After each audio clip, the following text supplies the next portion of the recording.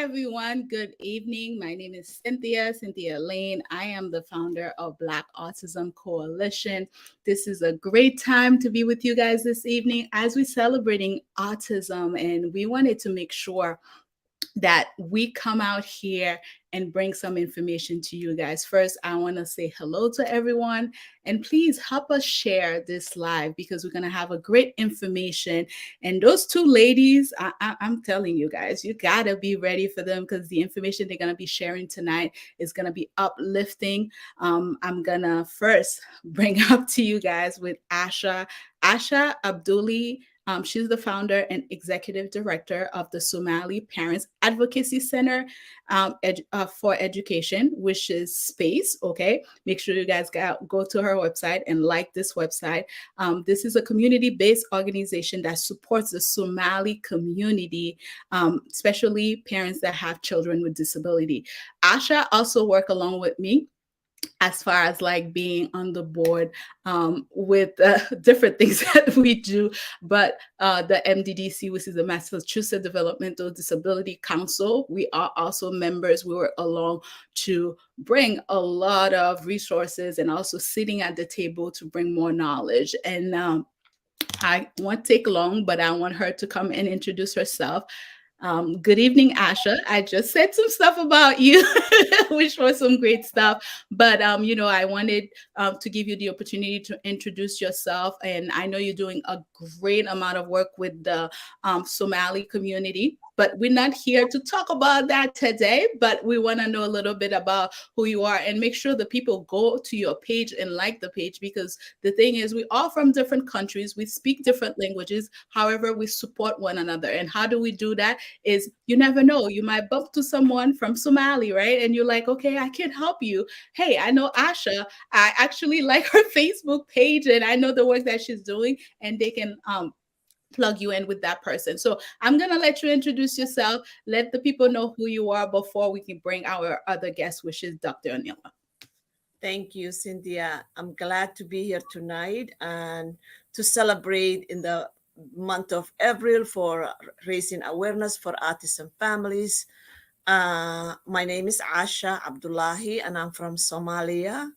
And I came here as a refugee, but that was like a long time ago. I have 5 children.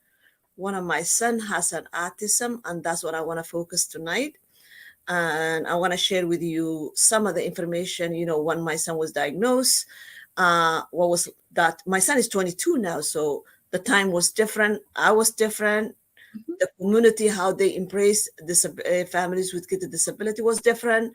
But it was lesson learned. So I want to share all of that with you and all the hard work a lot of people are doing, and we are enjoying that today. So awesome. Thank you so much, Asha. And I know your presence is going to be so amazing today because of the information, because we know a lot of the family now that having their kids diagnosed with autism, and then they think it's a new thing. I hear it a lot in my community. Why is all the Black kids are having autism right now? But they didn't know it existed. So that's why I wanted to bring you along to talk about to have this conversation. So I'm going to go to the next guest that I'm going to bring up. And this is Dr. Anila Ken. She's doing a wonderful job. If you haven't hear her, or she's always doing live. She's all the way from Pakistan, guys. So her time difference, I was talking to Asha earlier. I'm like, wow. And she's not sleeping, she's working. And that's what we like about her. She is actually autistic. I wanted to bring a woman who has autism, so you can hear her success story, how she, from a different country, how she was living her life. So that's why we have her. She's also the global international director for Sound of Autism. She's a psychologist, okay, speech and language therapist. So not only she received this therapy, she is giving it back as well too. She's a psychotherapist, a trainer. She's a EMA Connect in UK.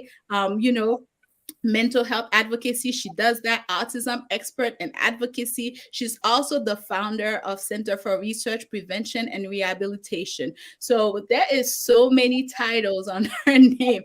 A lot of us are saying, well, our kids are not going to be able to do so much. They have autism. The doctor said this, the doctor said that. I wanted to bring the success. While we're talking about the success, we want to hear how the journey went. So I'm gonna introduce you guys to Dr. Anila.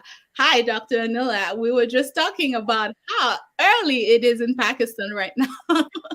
But you're a woman that's always working, always trying to give out with the services that you have received yourself, but you also out there doing the same work. So there were so many titles on the list. I started naming them, but I want you to introduce yourself the way you want it so people can get to know you, Dr. Anila.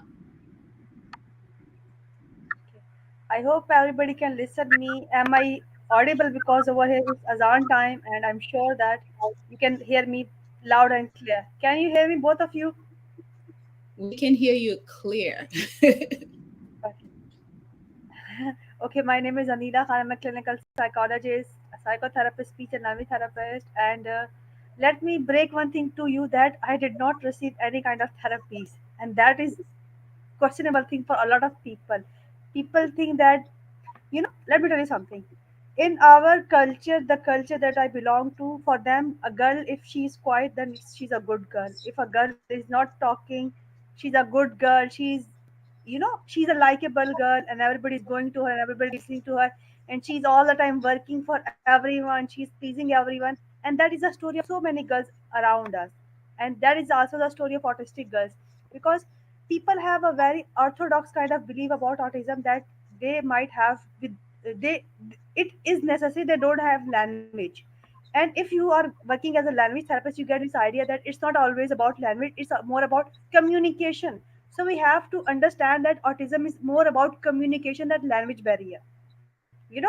A person can have language barrier, for example, if he's living in village and he transferred to some other country. For example, like Asha was saying that she is a refugee, and if she went to some other country and she has some kind of language barrier, it doesn't mean that she have autism.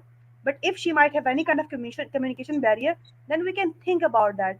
So that's all the thing. And I started working as in 2011 with somehow accidentally. I just went to some for my case. Anyone coming to psychology is also kind of accidental thing. I have 2 3 options, but I selected. But I always want to read the behavior of people because I was always observant. I would always imitate people. I would imitate their maybe language. I would imitate their body. I would stim a lot. But at that time, I did not have this idea what I am doing. But it was more like that. I would look toward people and I would act like them to be more likable to them. So that's why this is a good girl and this is going everywhere. So it's not that I am was a person who is I was a fake person. It was more like a strategy for me to include it in that community, to be like them, to act like them. So it was all things going around, and in 2011 I just started working, and that was, I told, kind of an accident that I went for some case and they offered me the job. And the moment I completed my degree, I said I will come afterward. So at that day, it was 24/7. It was autism. It was ADHD. It was learning disabilities. But the thing was that at that time, I did not decided to work with children. I decided that I am becoming a psychotherapist.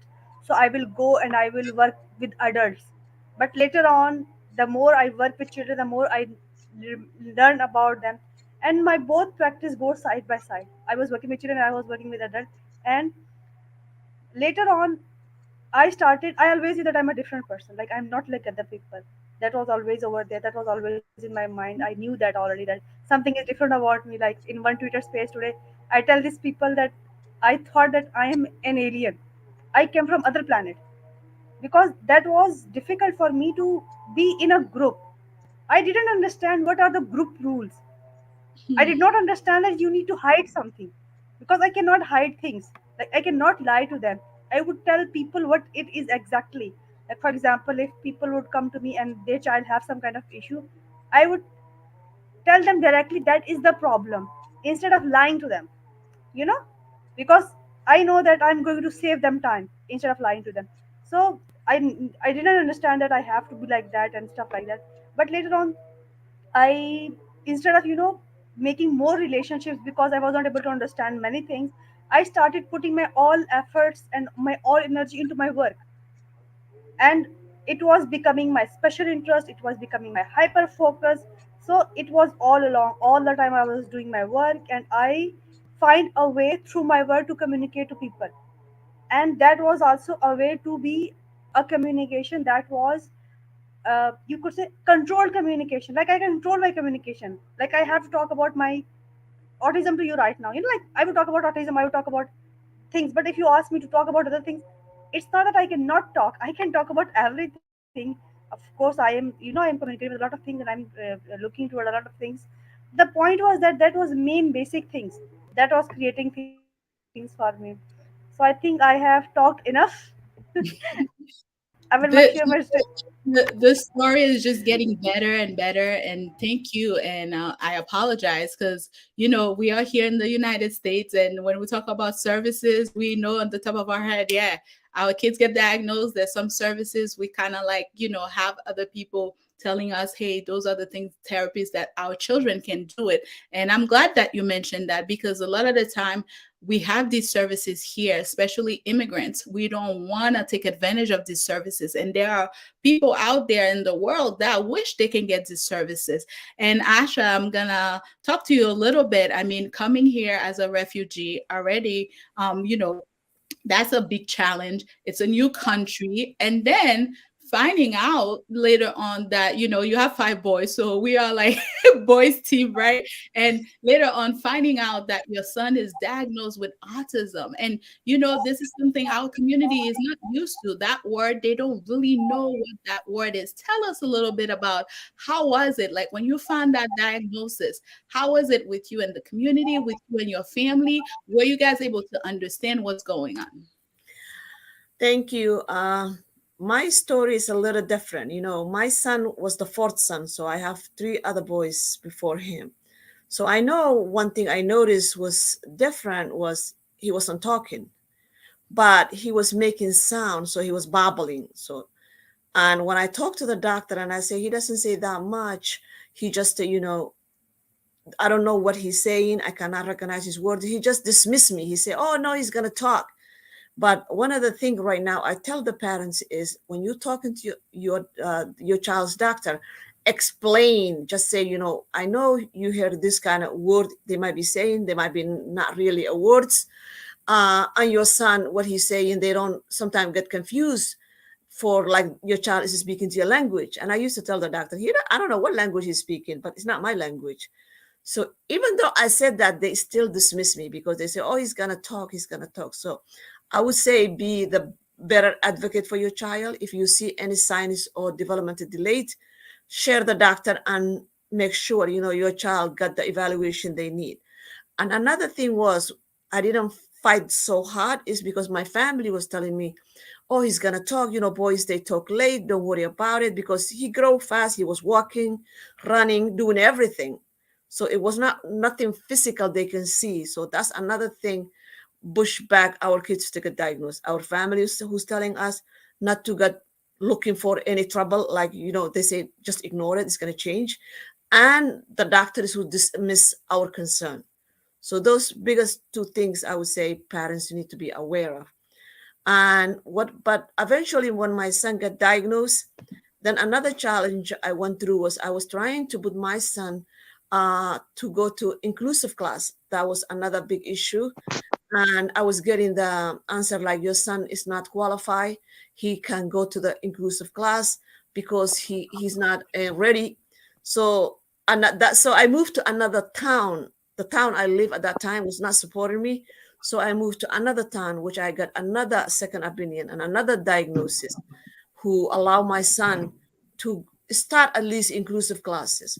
So every child should try inclusive classes when they're at least 4 or 5 years old, because you never know unless you try. Because a lot of time they prevent you to keep your child in a separate class. I understand there are kids who need that class, but there are a lot of kids who will benefit to have both, at least half and half, or maybe eventually to go to inclusive class. That's what IEB is for, to build that bridge so your child can catch up to the kids in his age or her age.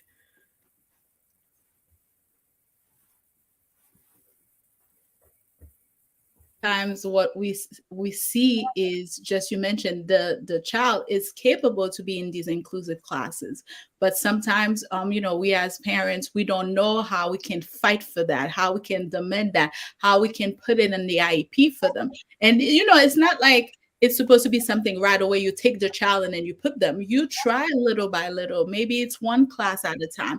Let them get used to it, because there are a lot of them that have the skills. And I'm glad that you did with your son. And I know a lot of people are listening to us right now and their kids have the skills. Fight for them. Let the people know, hey, sometimes we have to move another town, right, Asha? If I we're not did. what we are, but we want the best for our children. Dr. Anila, I see you are back with us. And one thing I wanted to tell you is we admire the work that you are doing with the young children over there. And I'm like, wow, how can you do that? Because there's like 5, 6 kids at a time. Here we are, when we have a classroom, we have a teacher, we have camera, and then here you are trying to like do different things, sometimes one-on-one with each kid, just to teach them what they need to know. Yeah. Tell the American people, the people that are listening here, the struggle that is in the world, different countries, and people like yourself make it happen. And like you were saying that that is the reason that I was thinking that autism is all about. I just want to change the perspective of people, that it's not just about what you think it is. I study in class where it was 30 people, 40 people, 50 people, 60 people, and I learned from them all the time. I was watching at them. I would watch toward their face. I would see that how they behave, and that helped me a lot. I lived in a family where we have, a lot of people at home. So I was surrounded by people all the time. I was surrounded by kids all the time. And that helped me to develop a lot of skills. If you talk about social skills, they help me develop the social skill. If you talk about communication, I'm a very fast learner if you talk about, because we learn through imitation. And imitation is the biggest tool for us to learn different languages. Like there are few languages that I don't understand, but I can read those languages. But still I have issues with grammars. I have issues with English grammar. Spelling, still have spelling issues. I am somehow dyslexic, somehow I'm hyperlexic. I was good with maths, but very bad with English. So even then I was studying with normal people. Still, what I think is that if there's a family that is coming toward me and they belong to maybe lower strata class, or maybe they are poor and they cannot afford therapy, and if the child is surrounded by a lot of people, a lot of children, that child is going to learn. So isolating them is not the solution. We are doing wrong by giving them separate rooms. Okay, what we do? Yes, I need to have one-to-one attention of the child. That is what the child required. It could be 5 or 10 minutes or 15 minutes, not more than that. The child don't have attention span for that much, the time that we are suggesting that why don't we give 2 hours therapy to that child. It's not like that. The child is going to stop. The child brain is not working. So I have started working with children who might be on zero, like no sound. And from no sound to I have taken them to reading and writing. And writing is a very difficult skill. But still I work with them and they develop that skill. So I don't have those equipment that people think that they need. you know like if you go to class and they would say that no, we need this, we need this, we need this. It's about the energy that you transfer toward those children. It's about the empathy, it's about the skill that you are transferred to those children, and they are learning. They can learn with their pace. You know what I used? Like, if you ask me the magic, I use stimming is my magic. I use their stimming toward them. Like, if alike, we know that children love numbers, children love ABC, children love sounds, children love phonics, phonic sounds. And I use them to develop language. I use them to develop those things that they like to develop that language. So this is what I am doing. I am stimming. I am doing that stimming on regular basis until and unless it's become a song for them, until and unless it's become their memory part. And let me tell you something. I am also working with adult people also, and they are undiagnosed autistic or ADHD, and they never knew. You know, you don't know. And I just read it somewhere that a lot of children, or no, sorry, a lot of adults that are coming to you with with depression or anxiety, they are undiagnosed neurodivergent kids, and that is reality. If I have maybe 15 cases right now, 7 or 8 are undiagnosed ADHD or autistic children, and they are very creative, very very creative. Like the art that they are making, I used. So what I do with them, I use their art to help them to understand what they are feeling.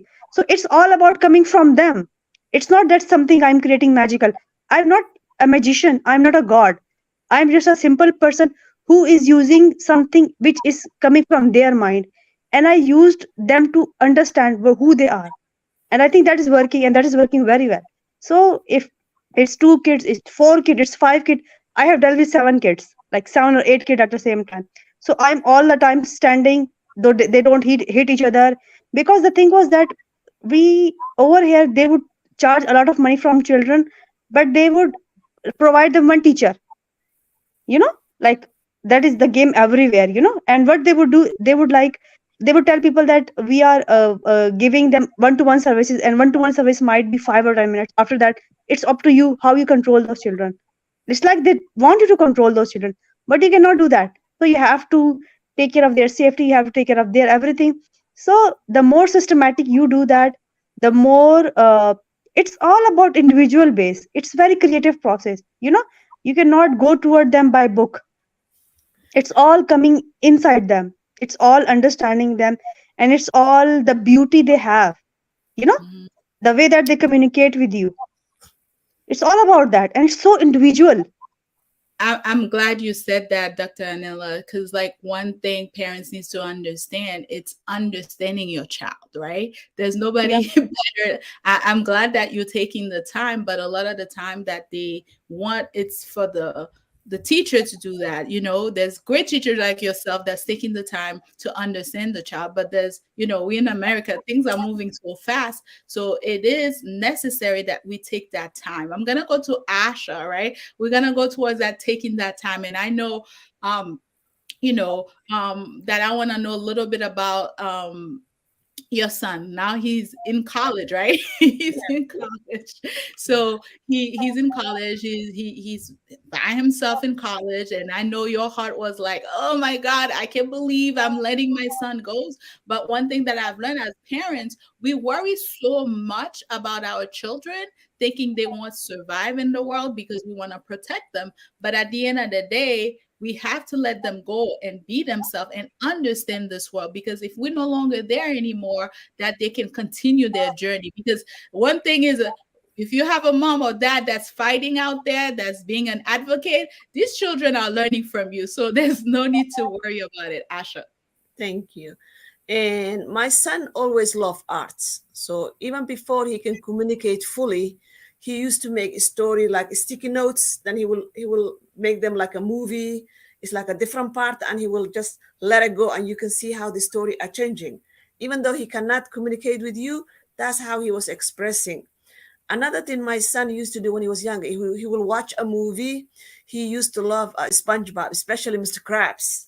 So he will memorize all the lines, even though he cannot communicate that well. But if he watched the movie again, he knows all the lines. And my kids used to say, how does he remember? So his memory was very good. And then he always say, I wanted to go to art school when he got older. And I said, okay, apply for many schools. Then he said, no, I'm going to apply for mass art. So you need a backup. He said, no, I'm going to get in. So the story he wrote, his essay was, I was communicating arts before I can communicate verbally. So of course that he got into the program, and now he's graduating in May. What he does is computer animation. So he makes animation, and he make it talk, and he make the sound. Now he's even getting other college students who go to music school, and they add in that in music. So he's the producer. So he is very, very into an art, even though he's good in math and science, but he has no interest. And also when he was 18, about I think I would say 17, I put him MRC, where he got training for how to apply for jobs, how to behave work environment, how to deal with conflict. And I think kids with disability, they really need those trainings. And my son was lucky to have that. So that helped him to get a part-time job. And now he's working, he still works part-time, but he goes to school and works part-time as well. But if you ask me when he was younger, let's say 5 or 6, I wouldn't think he can do what he can do today, because he was not communicating, his behavior, he need behavior support, and all of those things. So I'm encouraging parents, not to think tomorrow, just see what you can do today and enjoy this moment. I like it. I like it a lot. Don't think about tomorrow, what you can do today, right? Yeah. When we get this diagnosis, it's like a I was I don't even know how to describe it. It's like a knife someone just taking and sticking you. That's the way that it is. And they have so many of these negative things about your child. Your child won't be able to do this. Your child won't be able to do that. And then you come to a point where you're like, okay, is my son's gonna even be able to live the life? Am I gonna be able to be there to support my son? Who's gonna be? You have all these questions, and I'm glad that you say that. Stick as today. What can I help my son with? Realizing that, hey, he likes arts, right? Now that he likes art, he's moving to different place in his life where he's becoming a teenager. Where are the resources? Where are the services? That's why we're telling families, our immigrants families that are listening right now, it's important you get these services for these children. Because when you don't get these services, you're not going to get them where they are. It's not automatically. It's like a community, right? We need you as a parents. We need these resources that are out there to keep going. We need the community that surround us. So we all have to come together so that child have a success. Because a lot of the times when they see on TV, they see, oh, this person is autistic, but he plays the piano very well. And all of a sudden the person's like, well, they came with the skills. No, their parents realize that they have the skills and they say to themselves, how can we make this better? So it's very important that we know that. Asha, you wanted to add something? Yes, I do. Another thing my son helped him was when he was graduating high school, he got something called 504, which means they can help him even when he's in college. So IEP stays until 12th grade. After they pass that, 504 will continue to support my son even today. Even though he's almost graduating, he has somebody who always check in with him, make sure his assignments are in order, and they also give him to talk to his professors, and they can give him a little bit longer time to finish his project or whatever he's doing. If he has a final test for in a week, like multiple classes, he can separate them and he can take them each in 1 week. So there's a lot of support. They get the kids who are 504, but it's their responsibility to share in college. So if you're in college and you have 504, you have to go to the Office of Disability. Now they call, I think, Office of Ability, and then you can share and show your documents and they can give you that accommodations. Awesome. Thank you. We got Dr. Anila that's back with us.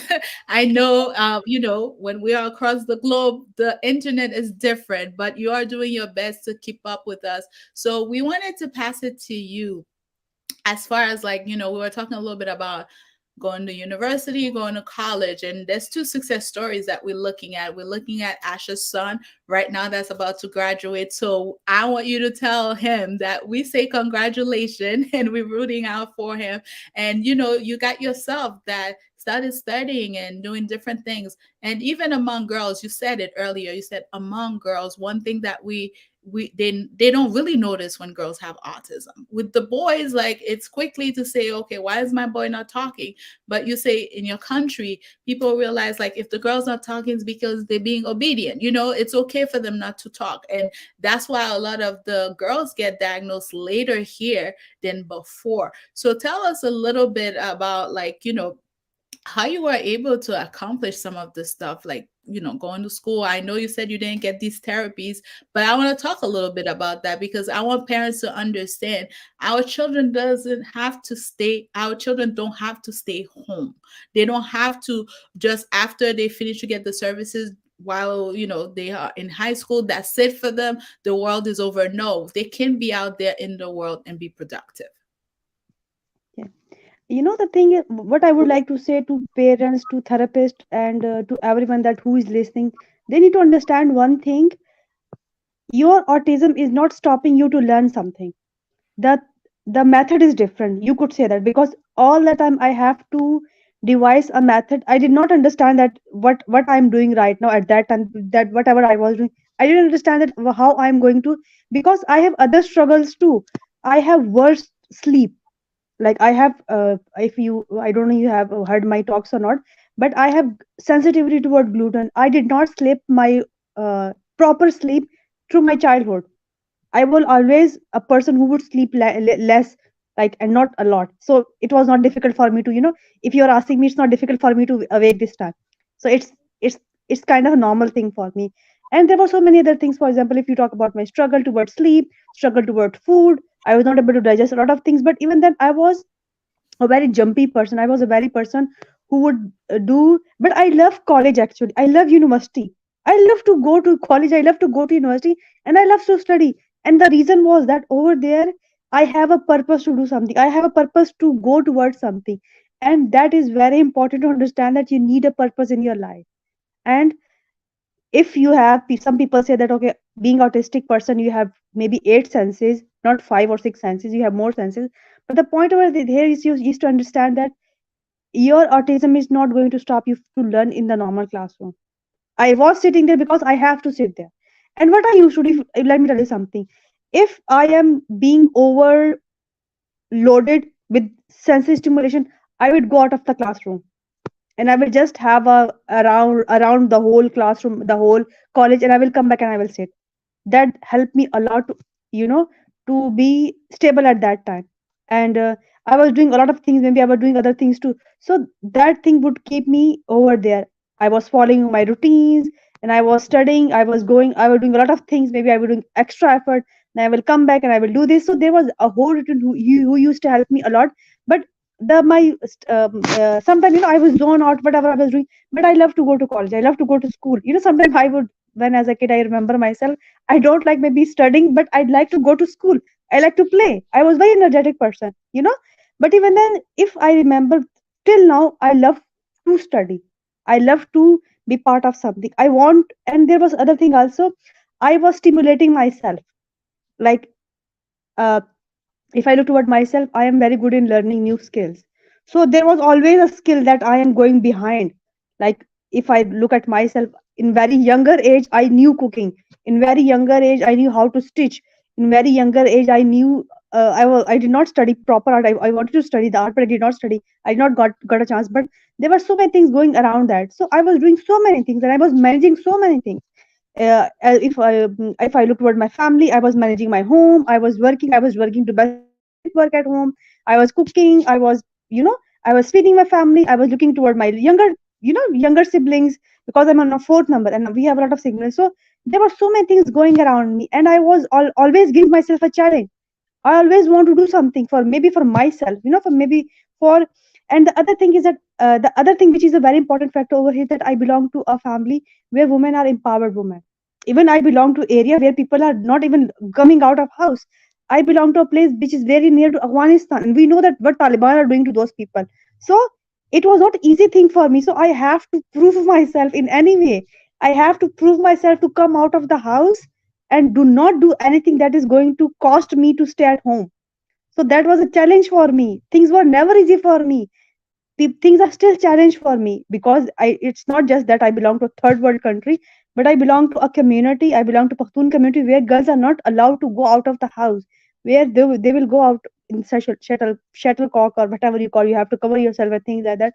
So that was challenging. Was challenge was always there, and that challenge would give me more challenge. So if it is a challenge, I am the one who is going to do that. So I did everything as a challenge. So that strive for, I was always striving to do more things, not just for myself. And there was another thing, that I was very empathetic, always empathetic toward people, to help people, to do something for themselves, to do something for my family, to do something for my siblings.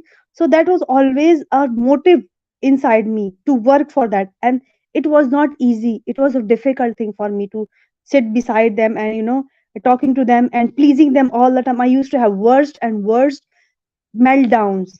I used to have, what it is called, fits, fits of the meltdown. I did not understand that what is happening me, and that was all along my sensory sensitivity all the time. So what I used to do, I used to do maybe a lot of physical thing. If I do physical thing, still it makes me comfortable. It gives me some kind of comfort. So I was doing a lot of things without understanding that I'm doing that thing. So how to manage myself, how to manage my day, how to manage my executive functions. So that was always a routine all around me. I always need a purpose. I always need to go through those things, and I was. And let me tell you something. When I was in the process of my training, my trainer used to call me that you have ADHD, and I said that no, he's just, he's just messing around me. How could I have that thing? You know, because we think that ADHD is something coming with children. That is a childhood disorder, and in DSM it is in developmental disorder. So developmental disorders are the disorder that is childhood disorder, like before age of 12. So that was all around there. So how can I be like that? How can I be attention deficit and stuff like that? And sometime, okay, I would say that, okay, this time, but we were studying that being normal mean what? If you're a therapist, you cannot show emotions. You cannot show emotion toward your client. Like, okay, you cannot be extra empathetic. But if you are a mother of autistic, and if you have people around you, you know that how they feel pain, and I feel pain physical. Like, I can feel other people pain physically, and that is very painful thing, and it could stay with me for 1 week also. So that's how I am. And being a perfect therapist, being a perfect masking, because you have to mask for your whole life, and masking saved me actually. If somebody would ask me what saves you, that was my masking. And you know that if you're masking very high, your emotions are going like this, like you're on roller coaster all the time.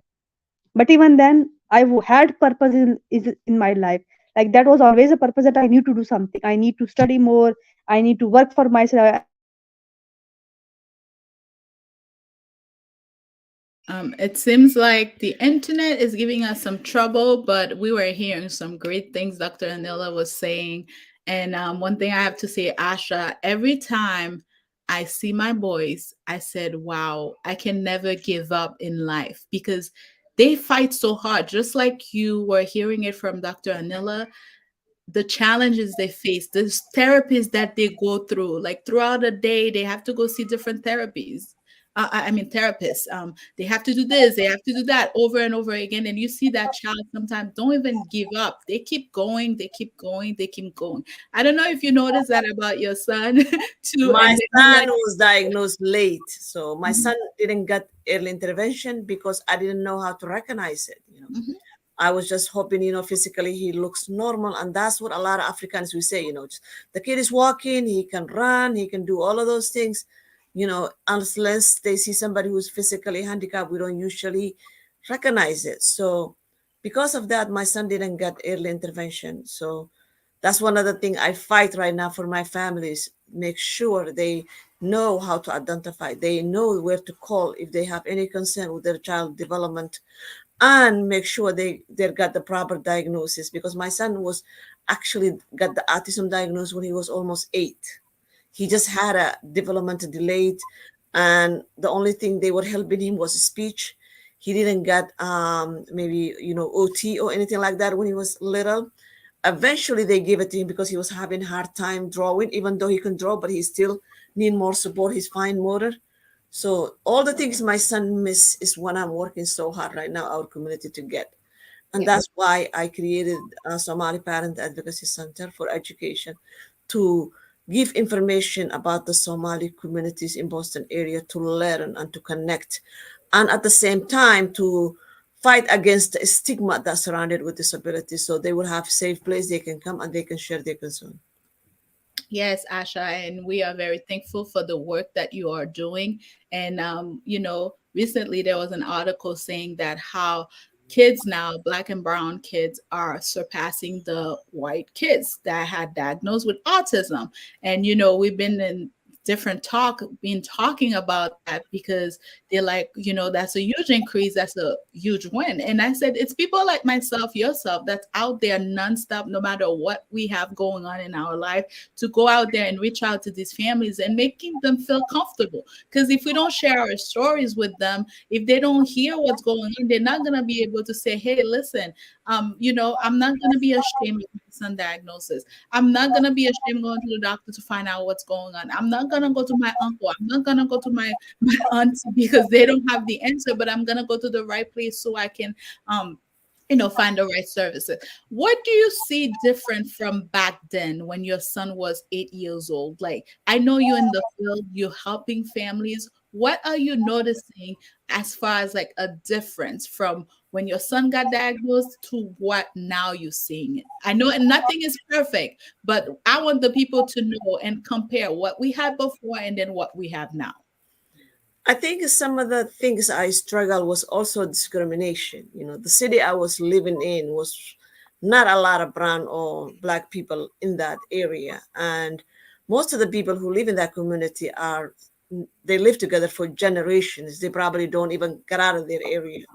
So, so I felt like they were discriminating my son because they were not listening to me when I said my son need more support, and they said, okay, go find your second opinion, if you think what we're saying is not correct. But one thing they didn't know was I work in one of the biggest hospital in Boston. So they thought I was gonna wait for to get diagnosis for a long time, because that time is even though it was a long time, it still was on a wait list. Mhm. So, and luckily I got the diagnosis quicker, and the diagnosis I got was different what they said my son need, what support does he need. And when the doctor said he can go to the second opinion, and I had the team meeting, what they did was the person who was providing, especially the speech pathologist, told me, okay, I can give him more service, but I don't think he's gonna make any impact.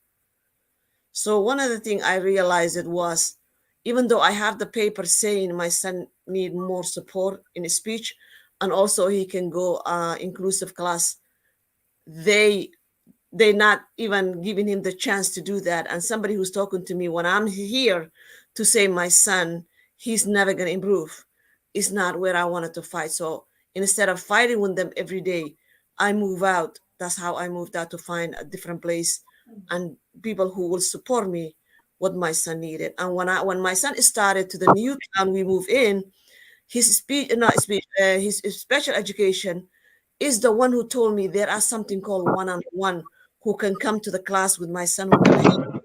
I mean, it's more behavior, more about how to organize his thoughts and all of that things. They can come to the class.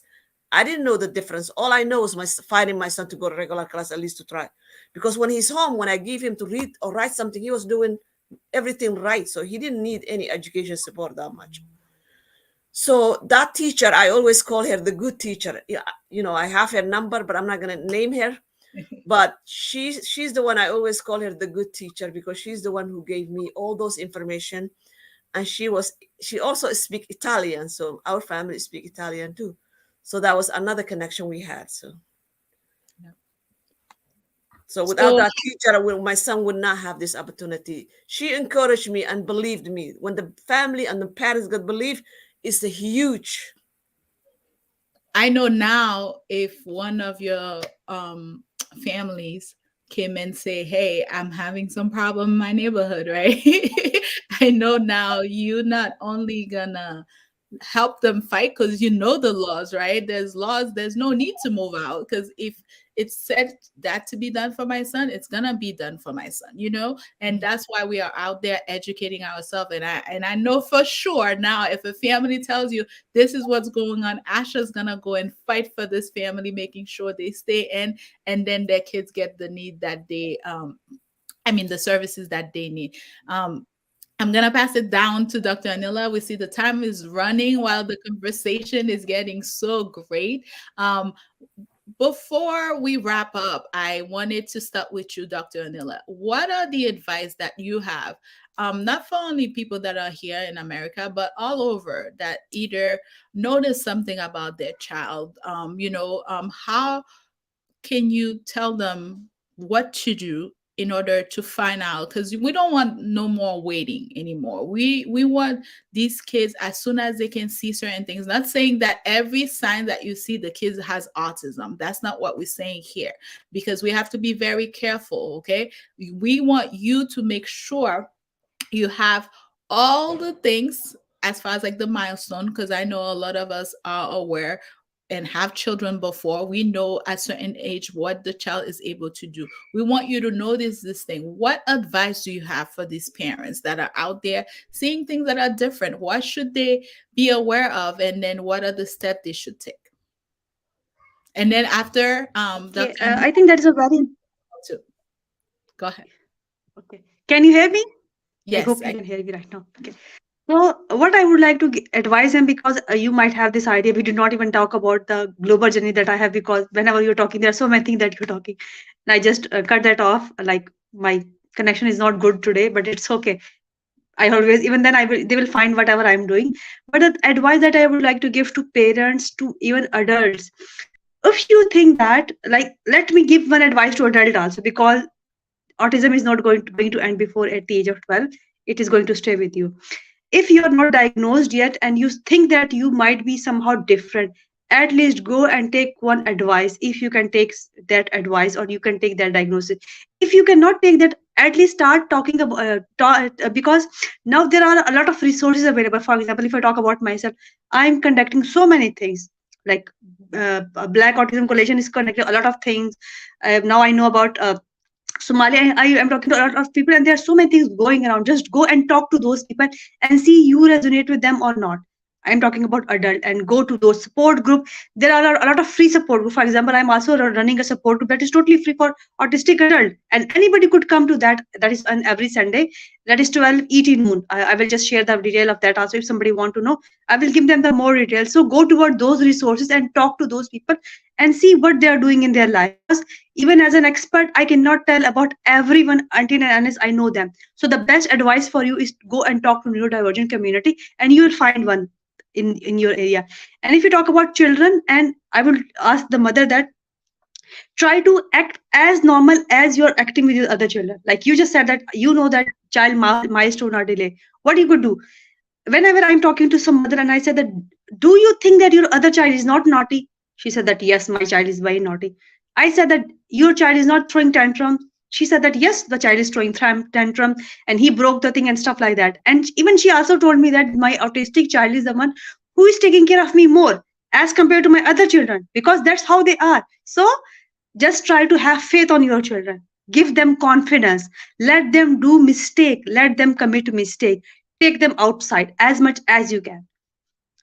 You are putting so much effort in protecting them. Start putting that effort in giving them confidence. Take to them to malls. Take them to swimming pools. Take them everywhere, wherever you are going. And there are so many strategies. If we talk about the child is scared of so many things, we know that we are, as a human being, people are scared of things. So try to give them as much as normal you can. Do not, and what I ask not to do is, do not talk in front of you what are your child inabilities. And what parents do usually, and that is happening everywhere, they will talk about this in front of everyone. You don't need to do that. Why you are telling your child? Because if you do that, you're inducing guilt in your child. And as autism, you don't need to have guilt about that, because that is not about you. Because all the time when I was I thought that it's my fault in everything. Other people was doing mistake and I thought that is my fault. Why I was there? I shouldn't be there. I shouldn't have done this, because that was guilt coming in me, and I was so much people pleaser. Do not let your child a people pleaser. Stop doing that. If you are doing, do not taught him how to be obedient, taught him how to be confident, taught him, start teaching your child how to speak up for yourself. And if you cannot do that, ask your child to read and write. That is going to improve his communication more than anything else.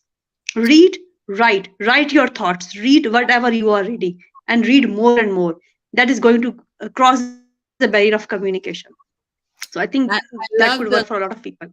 I love the confidence part, and I love the read and write. And a lot of the times we think our kids are unable to read, they're unable to write, they're unable to listen. I'm telling you, they are able to. You will Yeah, be exactly. surprised when you hear them. You're like, oh my God, I never know you knew this, right? So Yeah. it's very important that we keep these kids confident. So I'm gonna pass it down to Asha to have the final word. Asha, I know you out there advocating for these parents, and you talk about the services. I want you to wrap it up very nicely for us tonight, as far as like any parents that's listening to us, especially if we have some Somali families that's listening as well. Let us know what advice you have for them.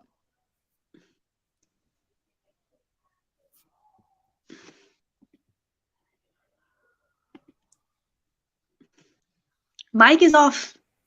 Yeah. I say Dr. Anila said the most important thing, treat all your children the same. I think what I did my son was take him everywhere. I take my other kids, play any sports they play, go anywhere in the community, and never talk about his the things he cannot do. And I think that's what I push my son. Later on, one of the things I regretted was I didn't talk about his disability. So sometimes they also need to know where their weaknesses are or what they need support with. That's one of the things, because I was so fighting for him to be inclusive, do everything. I forgot to teach him, you have a disability and you have right to ask if you need any support. So that's another thing we should teach our kids. Self-advocate is very, very important to know if you need any support. And as when it comes to the parents, connect with other parents. Most of the things I learn from other parents who went through the same thing I went through. And they don't have to speak your language. Mothers, you can go listen. It's nice if they speak your language. I didn't have anybody speak my language when I was understanding my son, his condition and everything. And I learned. And I would say, talk to parents, treat your child, any other child, and educate the community instead of trying to hide your child. Educate every time you get opportunity. For us, if you bring your child to the mosque, tell them, he just need a little support. He have a right to be here. Fight their rights for your child. So they should be anywhere they can go. And self-advocate. Yeah. I love And it. one thing, sorry, I'm cutting, but one thing I would like to say that what gave me confidence is my parent confidence on me that you can do this. And I was exposed to every critical thing, and I learned from that. I learned it's like you're a person, and it's water around you, and you have to dive, and you have to dive by yourself. So that was confidence that gives me a lot of strength nowadays, and I don't even have a choice, to be like a weaker person, because I have a motive in a life to live and to work for my community, and that is what keep me going. So give your child as much as confidence you can give. I Don't think be that's ashamed of your child, but give them confidence. That's what I'm gonna wrap up. Thank you, Yes, thank ladies, so you. much for this wonderful information. For you guys that wanted to know more about what these two wonderful ladies are doing, they have left down their email, which we put in the chat. So make sure you can send them an email. They're very friendly. They're friends with me, so you can use my name. And we have Asha's website, which is www.spacema.org. So you can go check out the work that she's doing with the Somali community. We are very grateful for all of you guys that stayed with us, and we ask share this live. We want this conversation to keep going so more people are able to listen, hear different parents. And we're not bringing you people that don't know about the situation. Those are people that are dealing with the situation that can interact with you. And feel free, reach out to us. Go on the Black Autism website, go to the Black Autism Facebook. We are very open. Any message, anything that you want, we want to be able to help you guys. So it was such a great pleasure again. Have a wonderful day. Bye. And we don't know everything either. So we just share what we know. Yes, exactly. All yeah. right.